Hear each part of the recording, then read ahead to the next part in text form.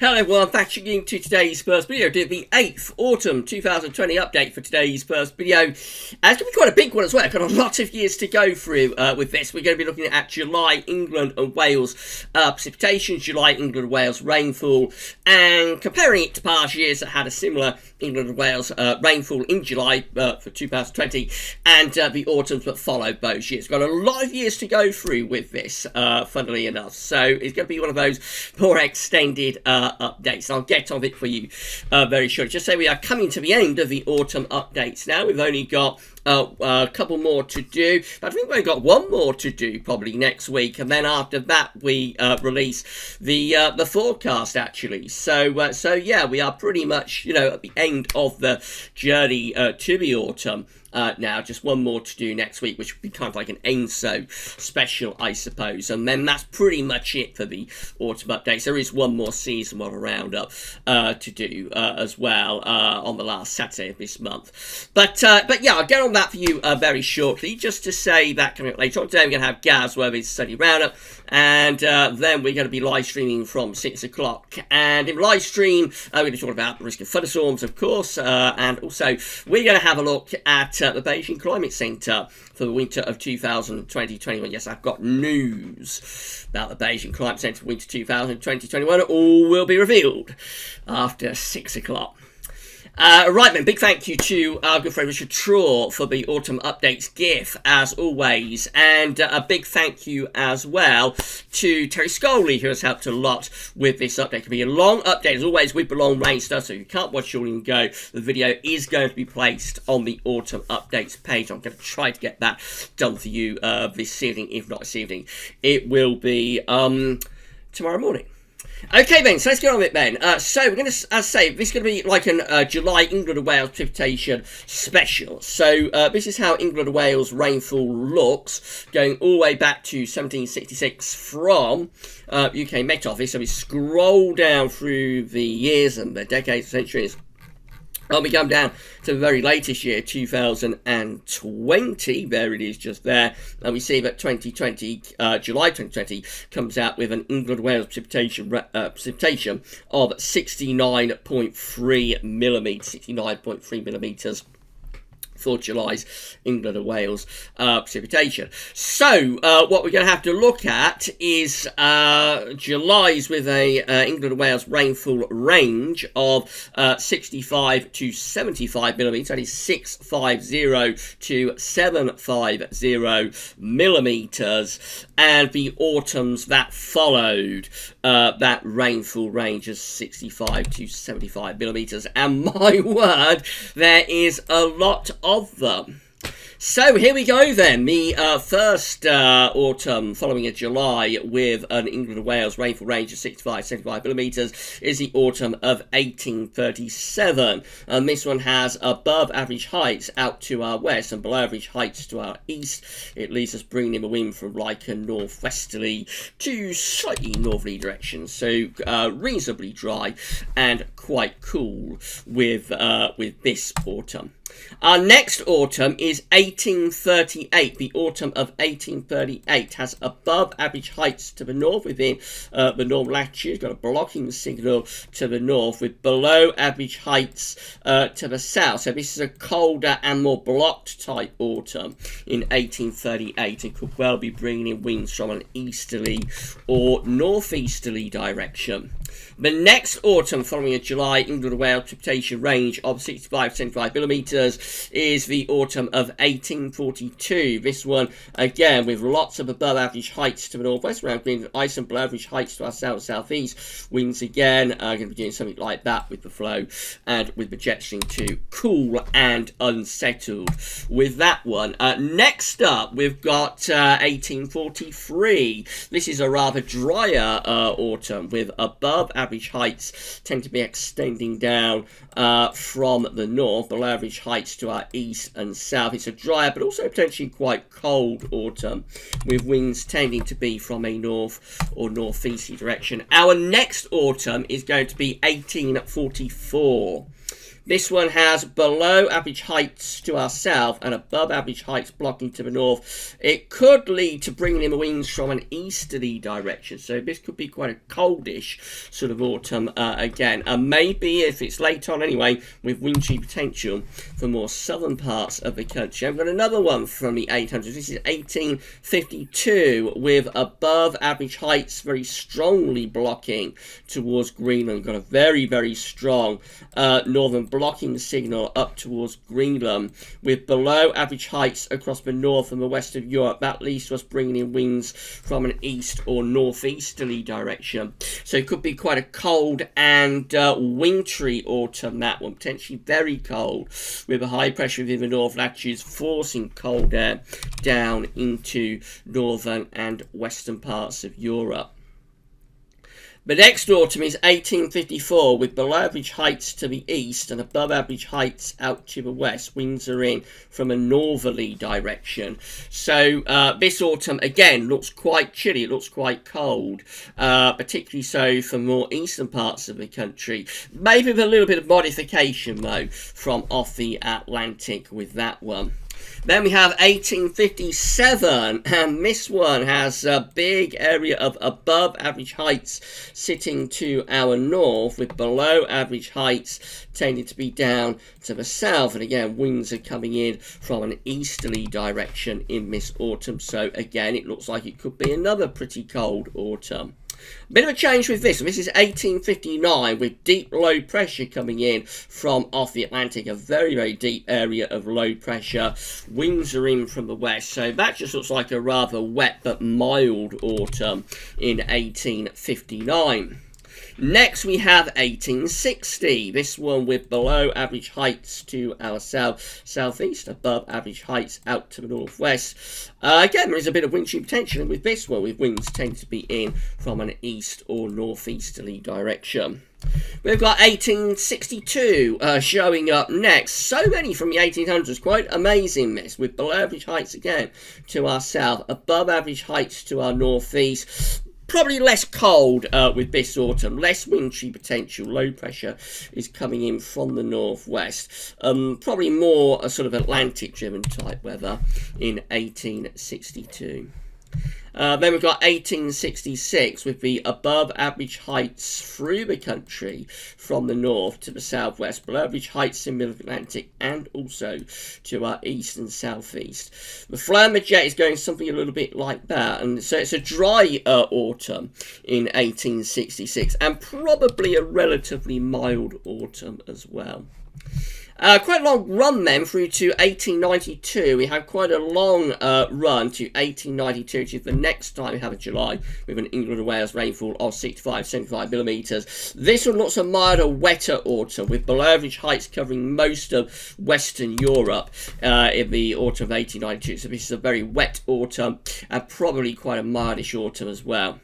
We've got 1901 showing up next with above average heights to the north, below average heights to the south. Winds are tending to be coming in from an easterly direction. That's a dry but potentially rather colder autumn in 1901. Could be some wind shear potential with that one. 1904, our next autumn with above average heights centred right over top of the country, below average heights pushed away to the north along the jet stream as well. That's a much drier anticyclonic autumn, probably quite a mild autumn as well in 1904. And then we're into 1917. This is a very, very wet autumn in 1917 with deep low pressure to the north of the country, bringing in winds from the west. High pressure is pushed out to the west of the country. And you've got quite a strong Atlantic-driven flow with low pressure in the jet stream driving in from off the Atlantic. A very wet autumn in 1917, but also pretty mild as well. A very long run then through to 1941. Our next autumn, following a July England Wales rainfall range of 65-75 millimetres, is the autumn of 1941. This one has high pressure to our north and northeast. Winds are coming in from an easterly direction. So that's a dry but probably quite cold also, because this, of course, this is in the middle of the run of very cold winters from 39-40 to 41-42. So the autumn pattern is probably being impacted somewhat by the overall cold winter signal that we've got going on through this early 1940s period. Next up, we've got the autumn of 1942 with above average heights out to our west, below average heights up to the north. Winds are tending to be coming in from a westerly direction. That's a dry but also a mild autumn. That's quite a dry autumn, but it's milder with winds in from a westerly direction. They've got the autumn of 1944 showing up next. This one is quite an unsettled autumn with below average heights across much of northern and western Europe, above average heights pulled out into the Atlantic. The flow and the jet doing something like that. So it's an unsettled and quite wet but also relatively mild autumn in 1944. And then we've got 1946 with a July England and Wales rainfall range of 65-75 millimetres. This one has high pressure up to the north, low pressure to our south. It's quite an easterly autumn. Of course, this is preceding the severely cold and snowy winter of 1947. And maybe we do see some vestiges of that winter pattern setting up in the autumn. Sometimes you can get a teaser in the autumn, and it looks like the autumn of 1946, probably for its overall structured pattern anyway, did have a teaser for the winter of 1947.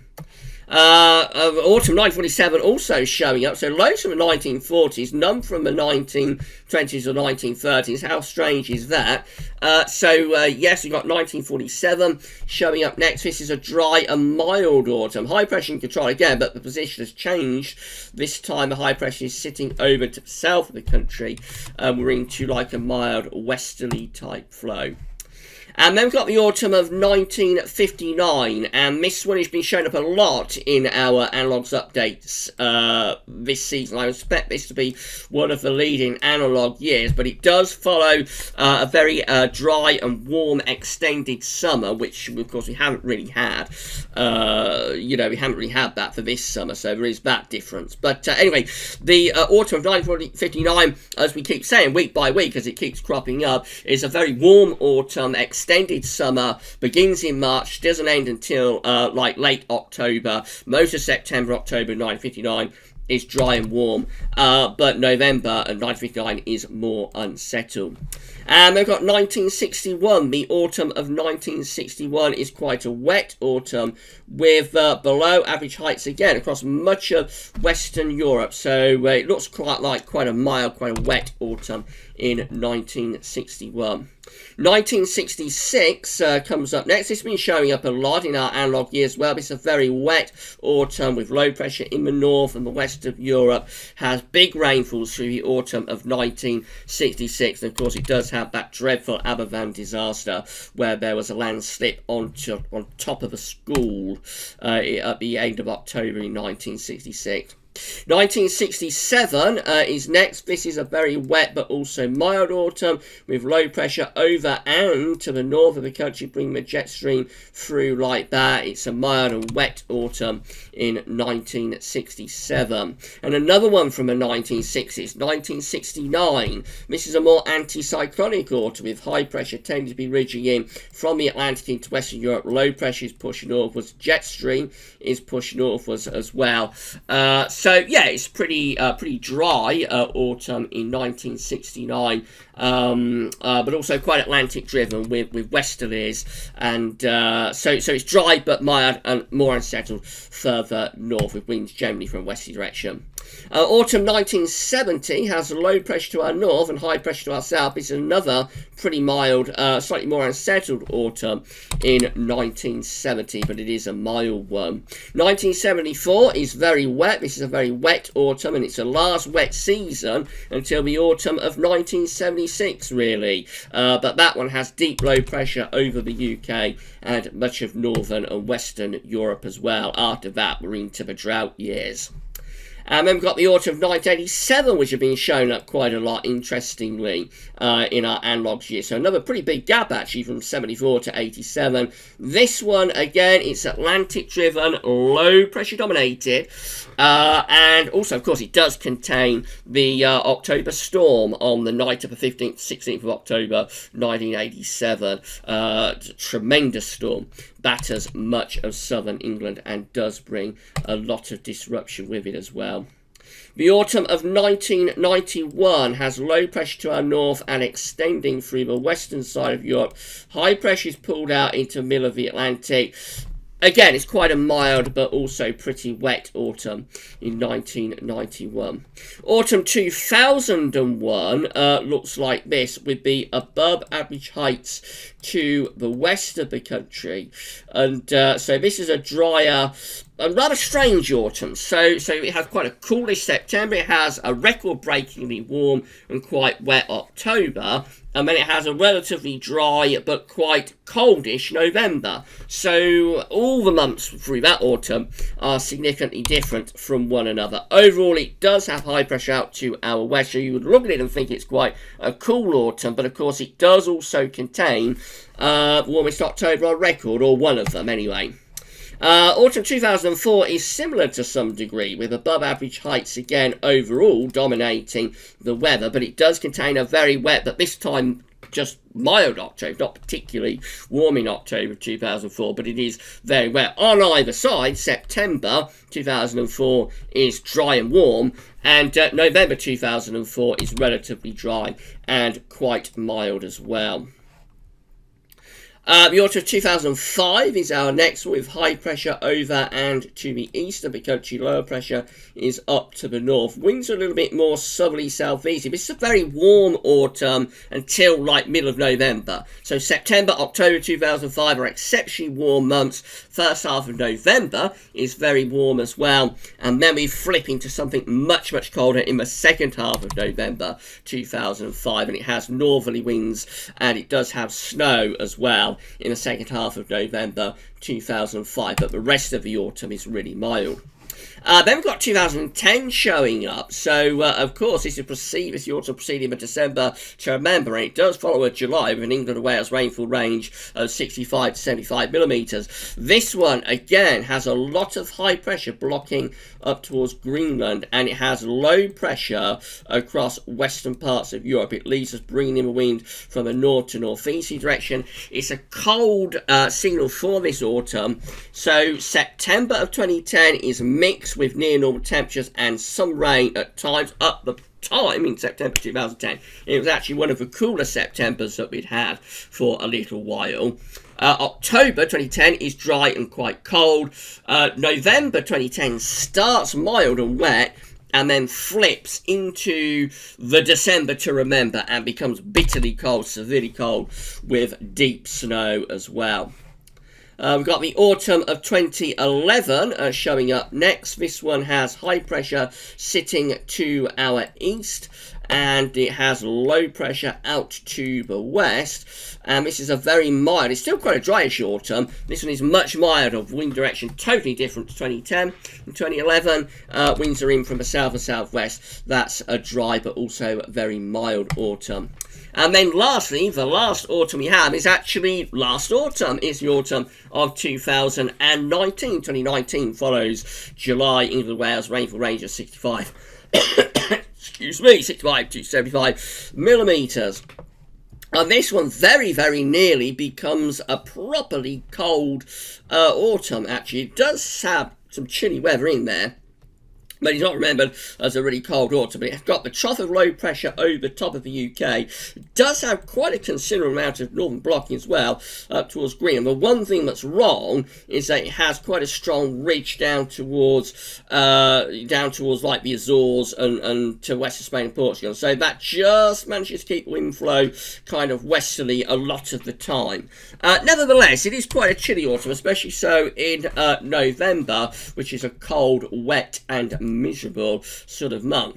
So loads and loads of years there, and we can only do 20 for our all years combined chart. So we have to narrow the range down a lot more for that. So the overall range, of course, we've been looking at is 65 to 75 millimeters, but now we're going to narrow things down to 67 to 73 millimeters. Still places July 2020 right slap bang in the middle of that range. So this is how all Septembers combined are looking, with a July England and Wales rainfall range of 67, 73 millimeters, and it has above average heights pretty much over top of the country, so it's a dry and a mild autumn.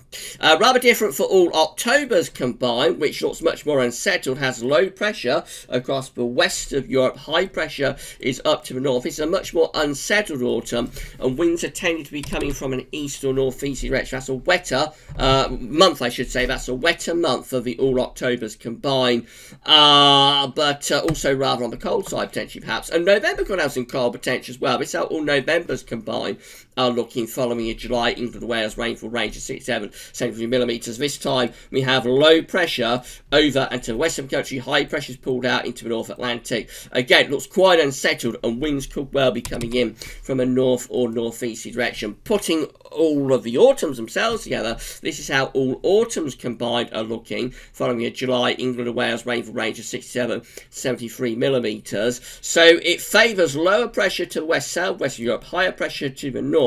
Winds are tending to be coming in from an easterly direction, so there is a bit of cold potential in there, but more particularly later on, I think, in these autumns. Early on in the September actually looks a relatively warm and dry signal. Let's narrow things down further. So we're going to look at all Septembers combined, following a July England Wales rainfall range of 67, 73 millimeters. Post 1950, so it's excluding all years before 1950. All of those years from the early 20th century and the 1800s, they're all gone, and we just now have the years from after 1950. So this time we see below average heights up to our north, above average heights down to our south. It's an anticyclonic signal to our south and southwest, but the jet stream's coming in off the Atlantic, so it looks rather more unsettled, I think. The high pressure is squashed further southwards. Overall, a rather unsettled September signal now, post 1950. All Octobers combined look like that, kind of similar really to the overall analogues. So we've got the low pressure across the west of Europe, we've got higher pressure up towards Scandinavia. Winds are tending to be coming in from an easterly direction, so it looks as though it could be quite wet and also relatively cool as well. All Novembers combined post 1950 look like that, with below average heights across Western Europe, above average heights pulled out into the middle of the Atlantic. Jet stream on the flow is going to be doing something like that, so an unsettled signal again for these Novembers. Probably less cold though this time, probably less cold. So September could be a little bit cooler and wetter, but November could actually be less cold signal, just rather unsettled and probably quite mild.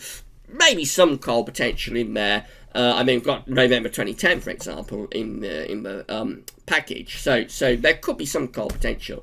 But the blocking signal looks less strong, I think, after 1950 than the overall analogues package. And then finally, this is how all autumns combined are looking, following a July England and Wales rainfall range of 67, 73 millimeters. Post 1950, it is an unsettled signal for these autumns, with below average heights across the UK and most of Western Europe. A wet but probably relatively mild sort of signal is favoured there. Okay, so we got through that pretty quick. I thought that was probably going to take me half an hour, but I've actually managed to do it under 25 minutes. So I think that's pretty good going to go through all of that in 25 millimeters. I certainly rattled through it, didn't I? So that's it. So just got one more autumn update to do next week. It'll be an ENSO special, no doubt focusing on autumns that are involved with developing La Nina. Something like that is very likely next week, I would have thought. And yeah, so that's it. Just that one to get out of the way, and then the season one roundup on the final Saturday of the month, which I think is the 29th, Saturday 29th of August. And then the following day, Sunday the 30th, we're going to be releasing the GavsWeatherVids Autumn 2020 forecast. So 2 weeks today, the autumn forecast is released. And and that means that 3 weeks today, the first winter update will be released. I thought I'd just drop that in at the end of the video. Right then, so that's it. So this video will be placed on the autumn updates and forecast page with a written summary. I'll try and get it up for you this evening. If not this evening, it'll be tonight. What I'm talking about, it'll be tomorrow. And so coming up later on today, so it's been a very, very long day. Before I've done this video, I've done 4 videos that have been released on the channel previous Saturday, as well as getting the analogs themselves together and preparing this update. I was up very, very late on Friday night sorting out GavsWeatherVids.com with GDPR nonsense, wasting hours and hours of my life, and I'm never going to get back on the wretched GDPR. So I'm pretty tired. And so I'm going to go and collapse somewhere in a moment. But as I say, this video will be placed on the autumn updates page with a written summary going over everything that we're discussing video. It'll either be tonight or tomorrow. We're going to be doing GavsWeatherVids Sunday Roundup after lunch, and we're going to be live streaming from 6 o'clock. In the live stream, we're going to be talking about thunderstorms. We're going to be taking loads of questions in that as well, and we will have a look at the Beijing Climate Centre for the winter of 2020-21. I have news about it, and all will be revealed about what's going on in the live stream at 6 o'clock, so I'll see you then. That's all for now, though, and thanks for watching.